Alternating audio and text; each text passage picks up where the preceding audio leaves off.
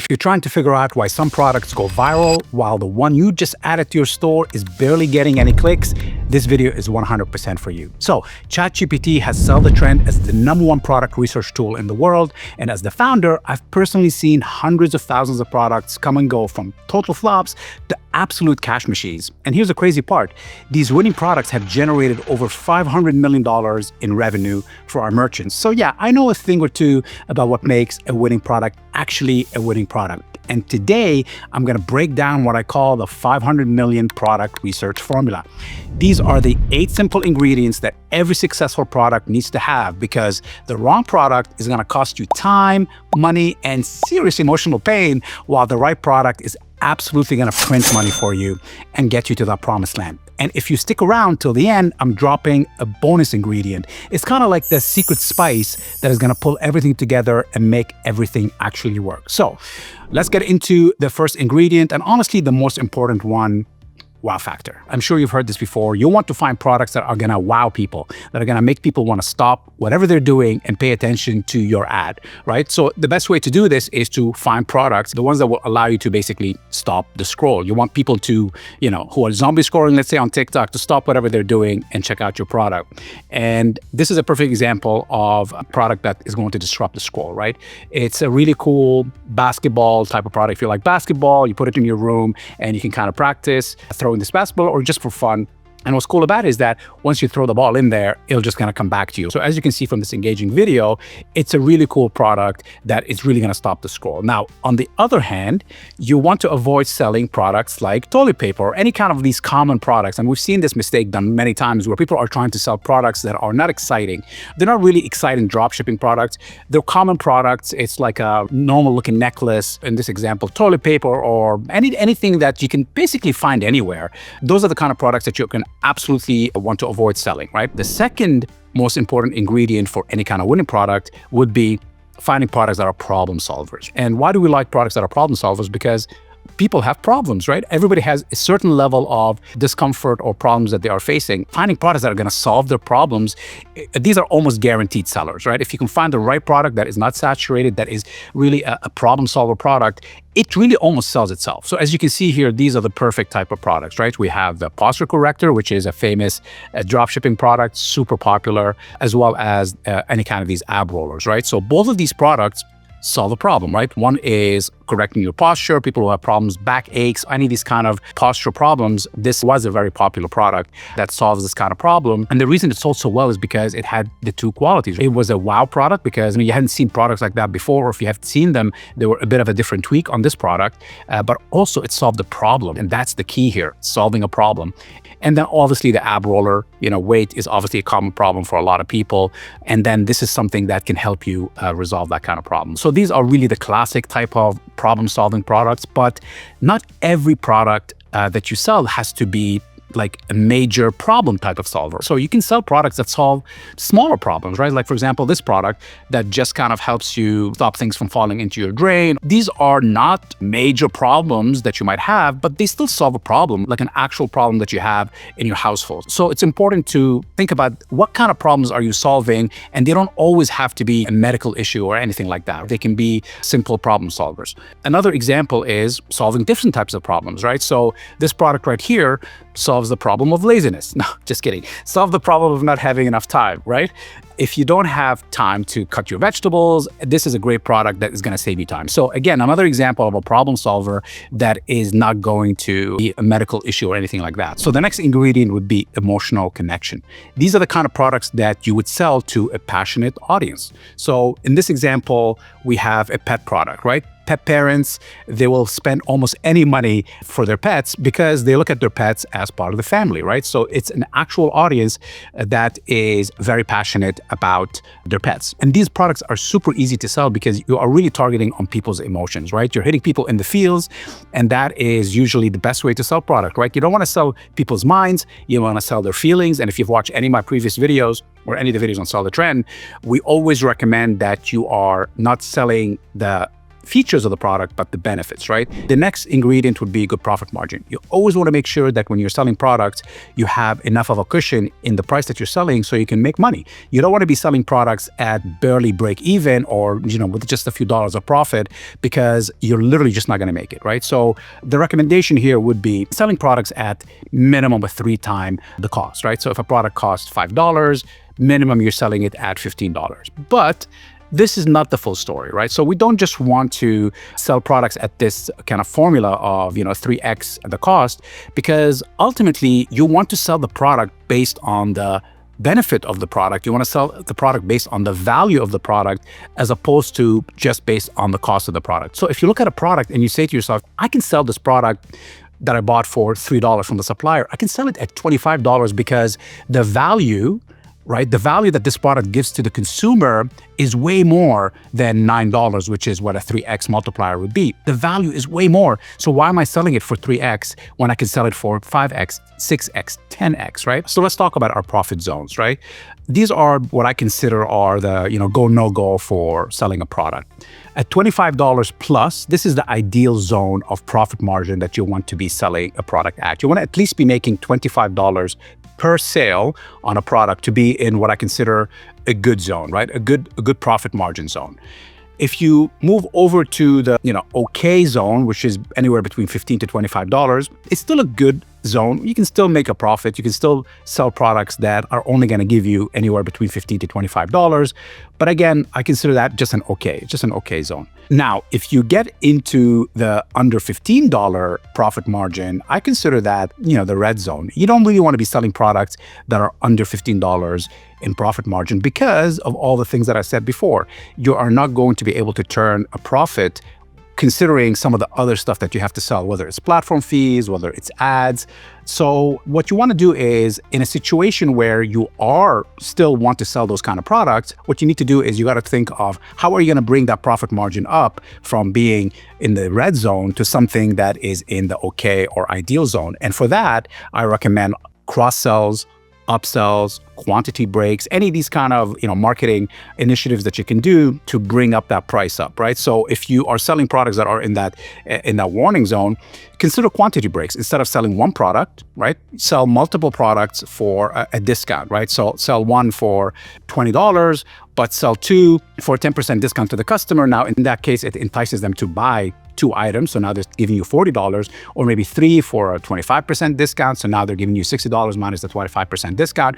And that will then move these products into either the okay or the ideal zone. Now, another thing that you can do is just add shipping, right? If you're not already adding shipping, you can just add shipping to the product and just say, hey, this product is, let's say, $20, but it has a $4 shipping. Now, I don't recommend that as much in terms of a strategy because people just love free shipping, and having shipping added is always kind of, it might be a showstopper for people checking out on your store. So I don't super recommend it, but that's an option that you can definitely try. So the next ingredient would be perceived value. For these kind of products, you want to think of, is the perceived value higher than the cost of the product? And I alluded to this earlier with always selling the value and not the cost.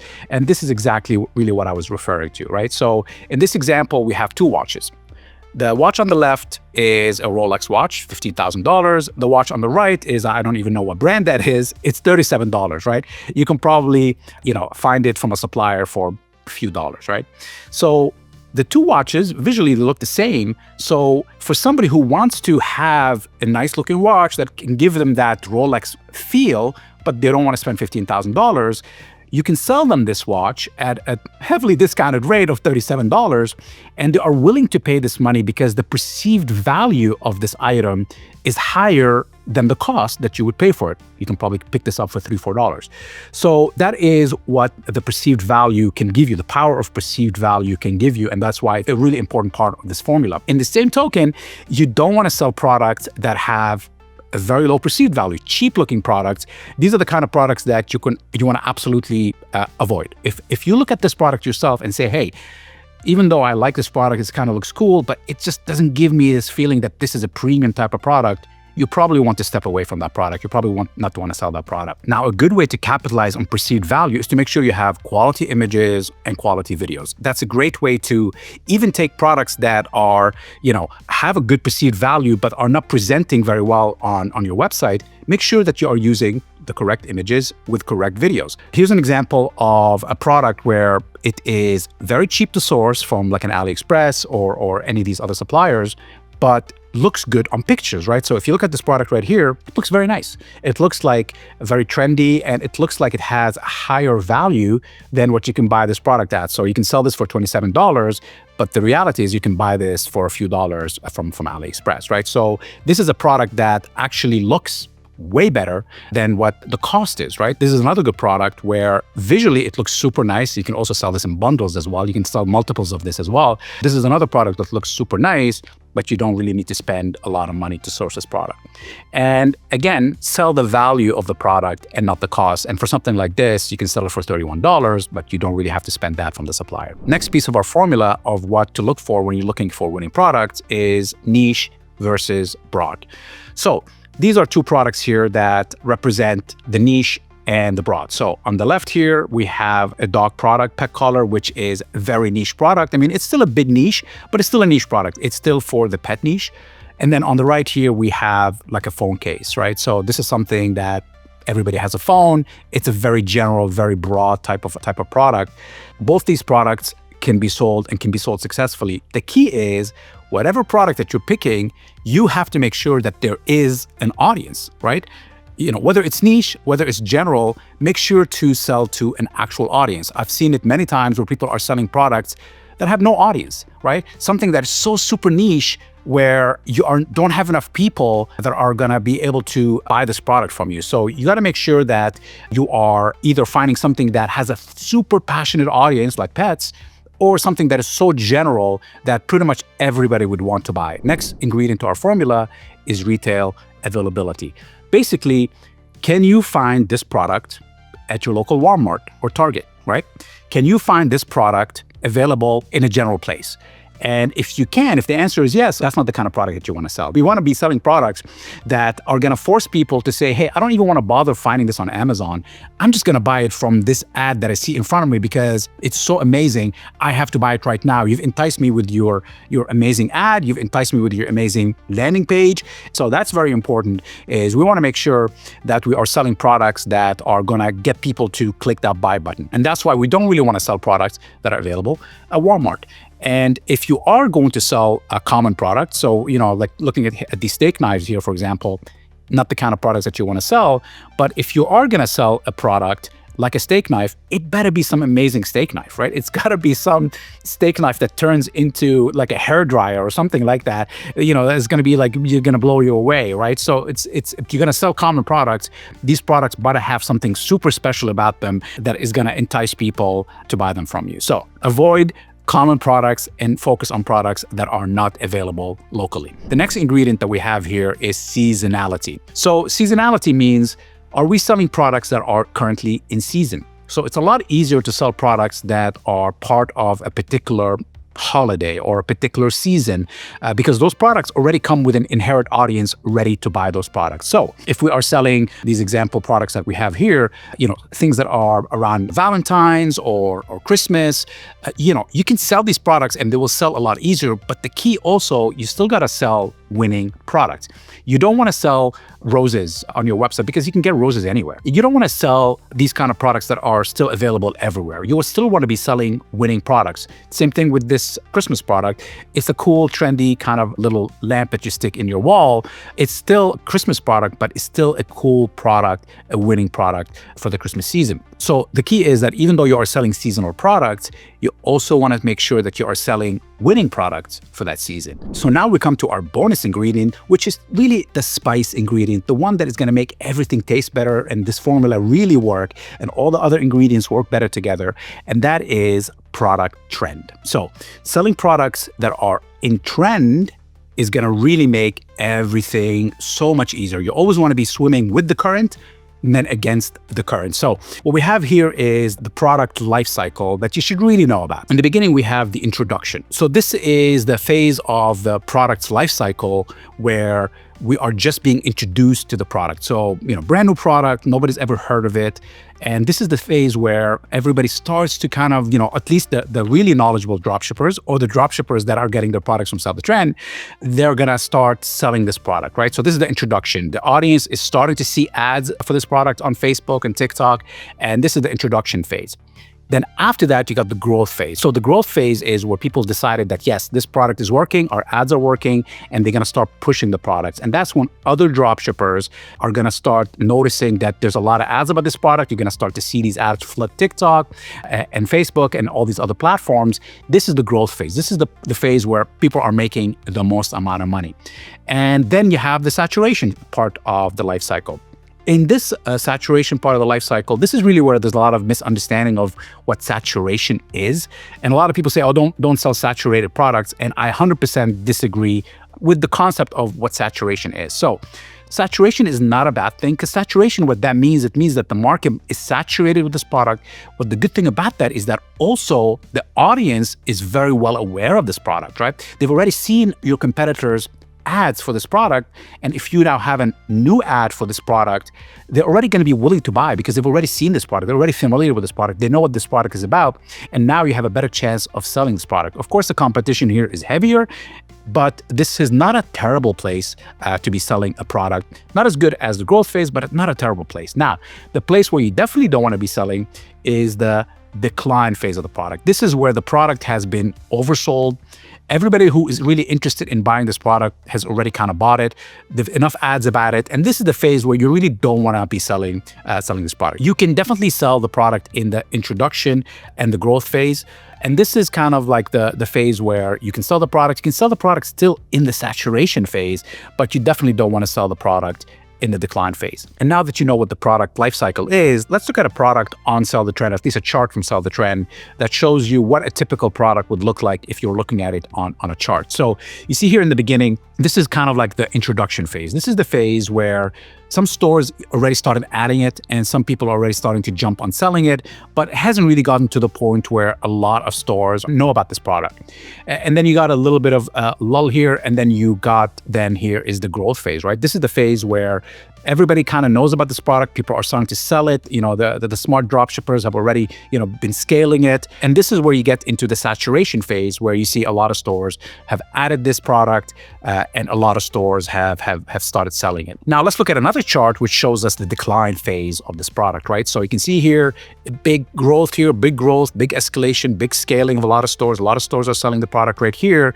And then after that, you basically got almost a flat line right here, right? A flat line. No more stores are adding it. Probably not a lot of orders happening for this product anymore. This is pretty much at this point is a product that is in decline, right? That's the kind of the decline phase of the product. Now let's look at a couple of products on Sell the Trend that adhere to that winning product formula that we just talked about. So this product here, this Brownstone Pixel USB light, is a very cool kind of Minecraft inspired product. And right off the bat, you can see here, it has that wow factor, right? And if you look at the images here, it has a really cool wow factor to it. If you put this on social media, if you put this on a product page, it's going to jump off the page. It has also some of the other things that we like about winning product. It has a high perceived value, right? You look at it, it doesn't look like a cheap product. It looks like something that has a good value. And also great profit margins. So we can look at this product here, we can buy for $8 and sell it for $37 and then end up with $29 in profit margin, definitely over our $25, good zone. So it has a lot of the values here that we like. And also the trend is up for this product, right? So, it's getting sales. And if we switch over to our stores trend over here and see the stores that are selling it, absolutely, more stores are selling it every day. So this is something that we definitely want to try selling because it has a lot of these values that we talked about. And also you can't find this product on Walmart, right? Not the kind of typical products that Walmart would stock because it's not for a general audience. It's not, toilet paper, it's not tissue paper, it's not common household items. So this is the kind of product that typically wouldn't be stocked at Walmart, but also it has a passionate niche, right? Another plus in our formula is it has a passionate audience, whether it is kids or people that are into Minecraft. This is definitely an audience that would like this kind of product. Now, this kind of product also is, it's not a classic problem solver, right? It's not, the typical classic problem solver. But what we discussed before, it doesn't have to be a really serious problem, right? The problem here that this one solves is it provides a light, at night, right? So it's not a crazy problem that it solves, but definitely it can check off that box as well in certain cases. So this is a great product that shows all of those formula ingredients that we talked about all in one product. This is the kind of product that you want to start selling. Let's look at another product here. So here's another product that has, again, a lot of these winning product formula ingredients that we talked about. It looks great, great images, a great video here. We can check out the video. It is definitely, something is going to pop off on a social media feed. Again, it has a really great profit margin, all the things that we want to see. And if you look at the bottom of this page here, we already include a lot of the winning product formula factors. We already kind of highlight them for you, right? And then, it's a trending product. It has good reviews. It's in high demand. It definitely has a wow unique factor. It solves a problem, right? It's some kind of a USB player and, nightlight and all those kind of things. So it's a product that you can start selling, and you're not going to have that problem of selling a product that doesn't really adhere to our winning product formula. So this is a great product that you can start selling right now. All right, so now you know exactly what to look for when spotting winning products for your store. But if you want to skip all the research and get winning products pretty much handed to you, already packed with everything that we talked about in this video, then Sell the Trend has you covered. I've dropped a 20% discount link down in the description so you can try it out for your 14 days and see for yourself. All right, now I want to hear from you. How many of these 500 million formula ingredients do you already know? And more importantly, how many are you actually using when picking winning products for your store? Drop an answer in the comments. And that's it for the video. And as always, power to the people.